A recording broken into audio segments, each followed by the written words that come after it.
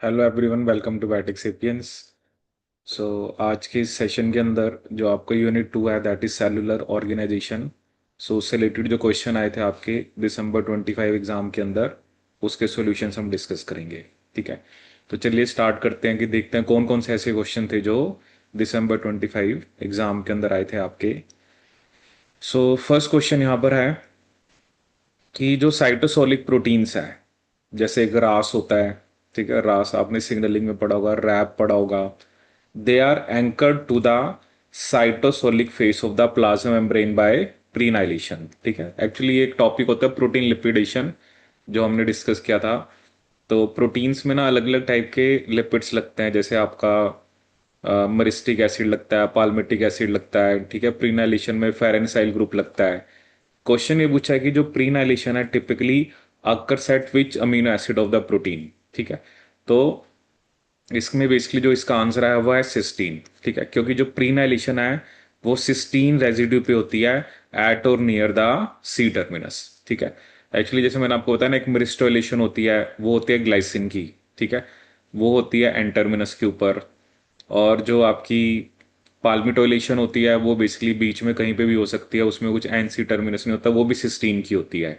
But हमसे prenylation पूछा था, so according to this the correct answer will be A. Next question यहां पर है इन यूकैरियोट्स।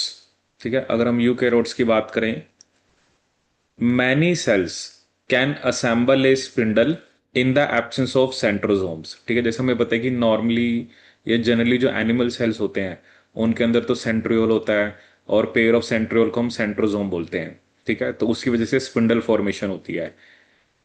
तो क्या लिखा है, in eukaryotes many cells can assemble a spindle in the absence of centrosome as in the case of plant cell during mitosis and animal cells during meiosis in female. ठीक है, तो उनमें centrosome की absence के अंदर spindle formation होती है। ठीक है, क्योंकि प्लांट सेल में तो सेंट्रियोल होते नहीं है, सेंट्रोसोम होते नहीं है। In this context, centrosome-free mitotic extract from frog oocytes, when supplied with beads covered with DNA, are sufficient to assemble the mitotic spindle। ठीक है, जैसे हमने सेंट्रोसोम फ्री है, माइटोटिक एक्सट्रैक्ट है, और जब हमने उसको बीड्स कवर्ड विद डीएनए दिया तो माइटोटिक स्पिंडल बना। ठीक है, देखो माइटोटिक स्पिंडल तो बनता ही है, नो डाउट। प्लांट्स के अंदर चलो सेंट्रियोल नहीं होता, बट उनके अंदर माइक्रोट्यूब्यूल्स होते हैं, वो पहले असेंबल करते हैं और उसके बाद स्पिंडल फाइबर्स बनते हैं। Listed below are a few proteins that could be involve in the spindle assembly in such a setting. ठीक है, देखो इसमें आपको ये याद रखना पड़ेगा, जैसे जो रैन जीटीपेज हो गया, रैन जीएफ हो गया, मेनली इसको हम न्यूक्लियस के अंदर पढ़ते हैं। ठीक है, और टीपीएक्स 2, टीपीएक्स 2 इज इंपॉर्टेंट प्रोटीन, एक टारगेटिंग प्रोटीन होता है जो स्पिंडल फॉर्मेशन में जिसका रोल होता है। ठीक है, अब देखो जो मायोसिन होता है ना, मायोसिन को मेनली हम एक्टिन के साथ पढ़ते हैं। इसका मेन रोल होता है कि जैसे कार्गो या किसी ऑर्गेनली या किसी कार्गो की मूवमेंट करानी है। ठीक है, तो आपका डी तो है नहीं। तो इन तीनों प्रोटीन्स का जो रोल होता है कि जो स्पिंडल असेंबली में they play role without centrosome. Question क्या पूछा था, which one of the following option has all protein that are directly involve in spindle assembly without centrosome. तो उसमें आपका ए बी सी तीनों आएंगे। ठीक है, तो डी नहीं होगा। मायोसिन को मेनली आप एक्टिन के साथ पढ़ते हो, या मेनली इसका काम होता है, मतलब एक तरफ ऑब्वियसली मायोसिन एक तरफ से एक्टिन के साथ बाइंड करता है, और मेनली ये ऑर्गेनली या कार्गो का ट्रांसपोर्ट कराता है। थर्ड क्वेश्चन है, given below are few statements regarding aquaporin mediated water transport in plants. ठीक है, एक्वापोरिन्स के बारे में हमने जनरली सेल बायो के अंदर पढ़ते हैं या सेल मेम्ब्रेन के अंदर कि एक्वापोरिन्स वाटर का ट्रांसपोर्ट कराते हैं इनके अंदर, जैसे एनपीए होता है। ठीक है, बहुत बारी आपको नेट के पेपर में एक्वापोरिन से रिलेटेड क्वेश्चन देखने को मिलेगा। पहला उसने क्या ऑप्शन दिया कि जो एक्टिविटी होती है वो altered pH, calcium as well as phosphorylation. ठीक है, ये बिल्कुल पहले भी ऐसे एग्जाम में क्वेश्चन आ रखा है। तो ये तीन चार पॉइंट्स आपको वैसे ही याद रखने हैं, pH, calcium, phosphorylation, reactive oxygen species, ये सब के सब एक्वापोरिन की एक्टिविटी को रेगुलेट करते हैं। PH, calcium, phosphorylation, reactive oxygen species, इसका मतलब ए और बी दोनों करेक्ट है। तो उस हिसाब से हमारा यही करेक्ट है। फिर उसने कहा कि जो एक्वापोरिन्स हैं वो एपिडर्मिस और एंडोडर्मल सेल्स में होते हैं, they are not present in xylem parenchyma. तो ये गलत है, क्योंकि एक्वापोरिन्स जो है उन्होंने तो वाटर का ट्रांसपोर्ट कराना है, वो जाइलम पैरेन्काइमा के अंदर भी होते हैं। फिर वो कह रहे हैं कि aquaporins do not mediate influx of boric acid and salicylic acid into cytosol, ये भी गलत है, क्योंकि एक्वापोरिन बोरिक एसिड और सैलिसिलिक एसिड का इन्फ्लक्स भी कराते हैं। इसके अलावा जो एक्वापोरिन्स होते हैं ना, दे आर नॉट ओनली, मतलब वो सिर्फ वाटर का ट्रांसपोर्ट नहीं कराते, वो अमोनिया, यूरिया, ग्लिसरॉल का भी ट्रांसपोर्ट कराते हैं। तो इसका आंसर क्या होगा, ए एंड बी।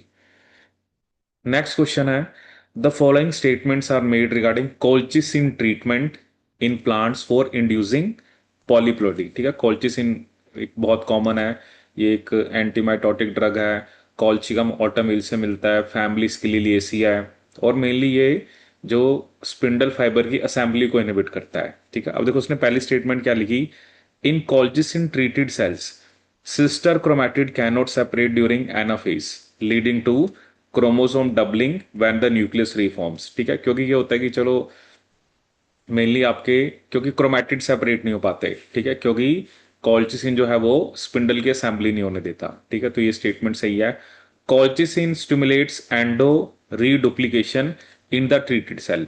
देखो एंडो रीडुप्लीकेशन का मतलब क्या होता है, जैसे कुछ सेल्स में क्या होता है कि वो डीएनए को मल्टीप्लाई करते रहते हैं। जैसे नॉर्मली तो एक सेल साइकिल के अंदर एक साइकिल ऑफ रेप्लिकेशन होती है और उसके बाद सेल डिवाइड करता है।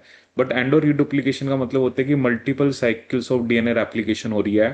ठीक है, बट उसके बाद आपका मतलब एक साइकिल के बाद सेल डिवीजन नहीं हो रहा, मल्टीपल डीएनए रेप्लिकेशन हो रही है। ठीक है, तो लेकिन कॉल्चिसिन ऐसा नहीं करता है। ठीक है, वो एक जनरली चलो कुछ सेल्स के अंदर होता है, क्योंकि कॉल्चिसिन का काम तो क्या होता है कि ये आपके जो स्पिंडल फाइबर्स हैं उसकी असेंबली को इनहिबिट कर रहा है। ठीक है, तो एंडो रीडुप्लीकेशन को स्टिमुलेट नहीं करता, तो इसलिए ये स्टेटमेंट आपकी गलत है।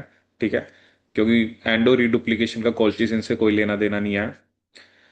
सी स्टेटमेंट है, जो स्टिराइल इंटरस्पेसिफिक हाइब्रिड्स होते हैं, जैसे हमने दो स्पीशीज के बीच में क्रॉस कराया तो उससे जो इंटरस्पेसिफिक हाइब्रिड बनाए, तो कॉल्चिसिन जो होते हैं वो फर्टिलिटी को रिस्टोर कर सकते हैं by converting them into amphipolyploids. ठीक है, ये स्टेटमेंट आपकी करेक्ट है। Colchicine treatment during meiosis has no effect. ठीक है, देखो देखो स्पिंडल फाइबर तो मियोसिस के टाइम पे भी बनते हैं, तो अगर स्पिंडल फाइबर्स नहीं होंगे तो मियोसिस इफेक्ट होगा, तो ये स्टेटमेंट भी आपकी गलत है। कॉल्चिसिन ट्यूबुलिन से बाइंड करता है और वो स्पिंडल फाइबर फॉर्मेशन को प्रिवेंट करता है ड्यूरिंग माइटोसिस, तो ये स्टेटमेंट भी आपकी करेक्ट है। तो इसमें ए, सी और ई तीनों स्टेटमेंट आपकी करेक्ट है। नेक्स्ट क्वेश्चन है, given below uh few statement about meiosis in animal cells. ठीक है, अब ये क्वेश्चन ड्रॉप हुआ था इस बार ही। ठीक है, तो इसमें जैसे एक स्टेटमेंट तो क्या देख रहे थे कि फॉर्म फेलियर ऑफ काइस्मा फॉर्मेशन। ठीक है, देखो आपको पता है कि जब सेल बेसिकली आपका मियोसिस में एंटर करता है तो उसमें प्रोफेज वन होता है जिसके अंदर leptotene, zygotene, pachytene, diplotene, diakinesis different stages होती हैं। ठीक है, तो काइस्मा फॉर्मेशन अगर नहीं होगी, ठीक है, that leads to no disjunction in meiosis one. ठीक है, क्योंकि आपके जो क्रोमैटिड्स वगैरह हैं वो सेपरेट नहीं कर पाएंगे, तो ये स्टेटमेंट सही है। Meiotic cohesin racket ensures mono orientation of sister chromatids in meiosis two. ठीक है, देखो जब हम रैकेट की बात करते हैं तो मेनली उसका काम, क्योंकि मोनो ओरिएंटेशन, क्योंकि दोनों सिस्टर क्रोमैटिड्स को हमें एक तरफ कब लेके जाना होता है, मियोसिस वन के अंदर। ठीक है, ताकि होमोलोगस क्रोमोसोम सेपरेट हो। ठीक है, बट ये जो रैकेट होता है ना, इसका रोल मियोसिस टू में भी होता है। ठीक है, तो क्योंकि देखो इसका जो आंसर की इन्होंने पहले दी थी नेट वालों ने, वो ए बी सी दी थी। ठीक है, क्योंकि वैसे अगर आप देखो, अगर हम रैकेट की बात करें, अगर मोनो ओरिएंटेशन की बात करें तो हम मियोसिस वन की बात कर रहे हैं, तो उस हिसाब से तो जैसे बी आपका गलत होना चाहिए था। ठीक है, बट इसमें ए बी सी इन्होंने तीनों करेक्ट दिए थे। ठीक है, तो बट कई जगह लिखा है कि मियोसिस टू पे भी रैकेट का रोल होता है।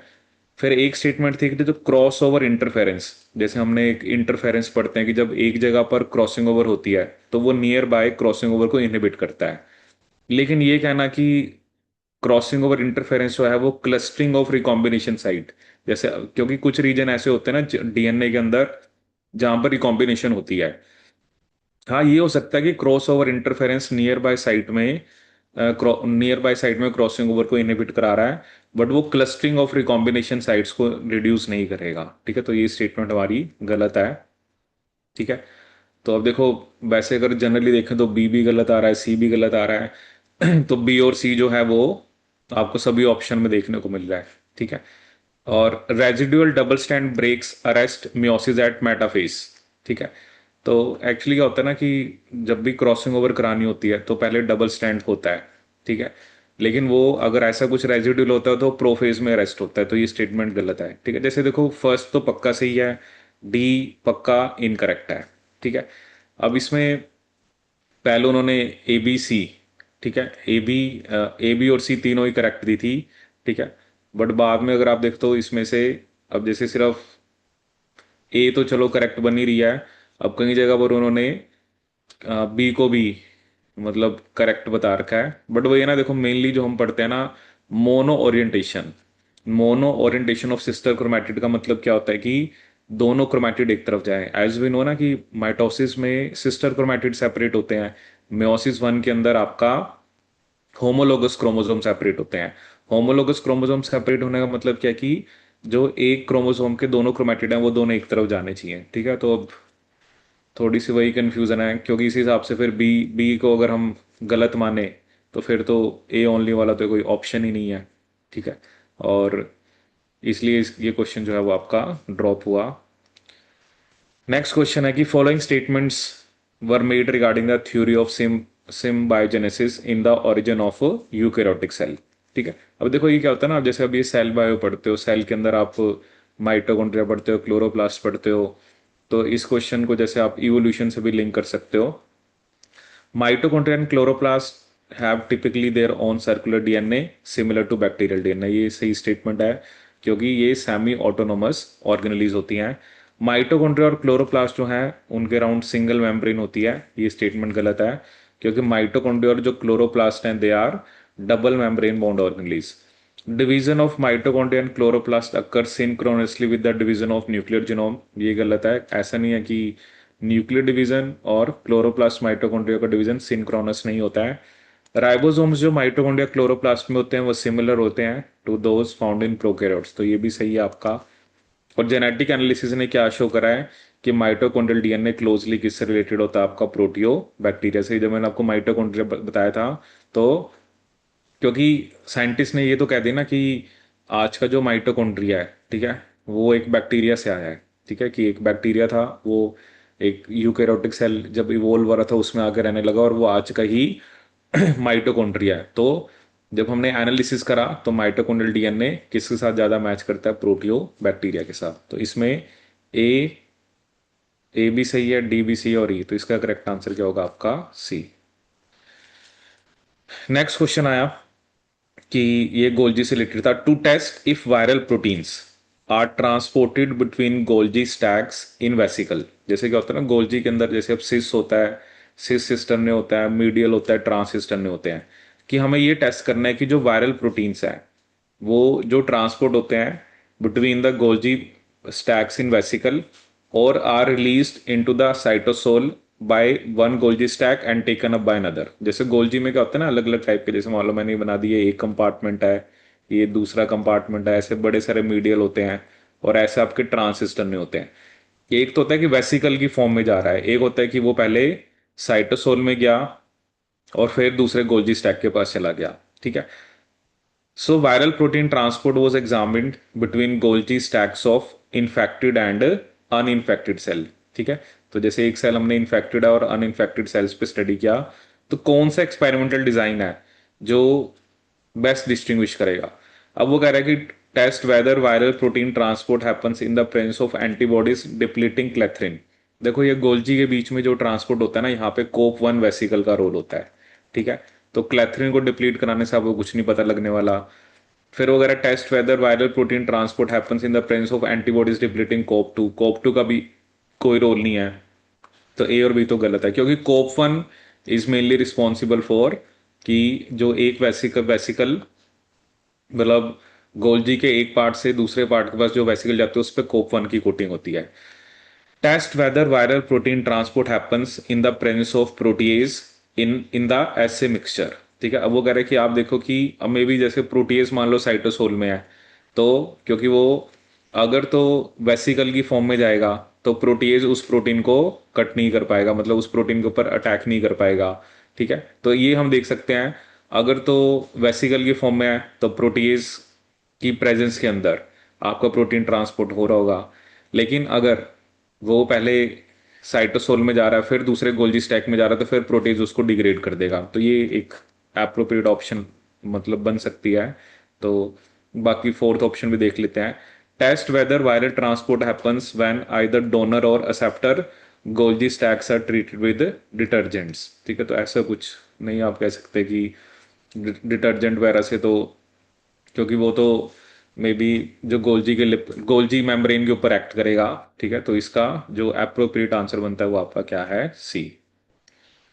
नेक्स्ट क्वेश्चन आया था, which of the following events are likely to result in delayed और डिफेक्टिव साइटोकाइनेसिस। ठीक है, पहला दे रखा है कि स्टेबलाइजेशन ऑफ माइटोटिक साइक्लिन।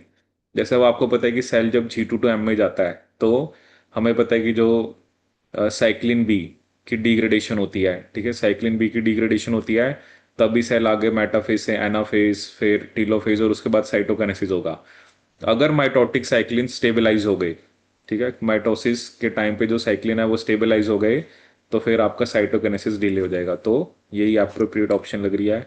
बाकी फॉर्मिन, मायोसिन 2। ठीक है, क्योंकि ये सब, क्योंकि क्या होता है ना, at the time of cytokinesis there is a formation of ring of actin and myosin. ठीक है, तो फॉर्मिन वगैरह, मायोसिन 2, तो ये एक्टिन मायोसिन रिंग से रिलेटेड है।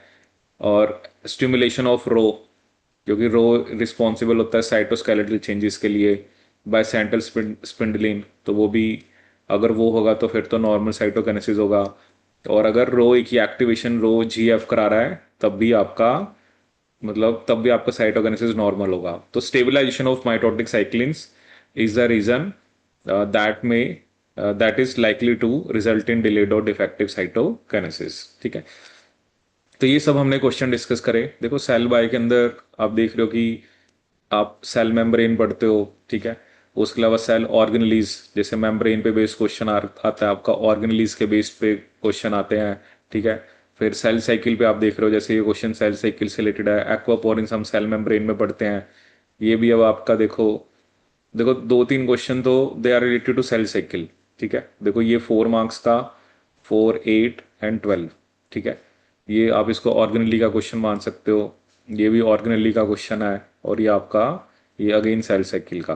ठीक है, तो ब्रॉडली आपको सेल मेम्ब्रेन अच्छे से आनी चाहिए, मतलब जो नॉर्मली मैं भी टीच करता हूँ, सेल मेम्ब्रेन के बारे में अच्छी नॉलेज होनी चाहिए, ऑर्गेनलीज आपको बताओ।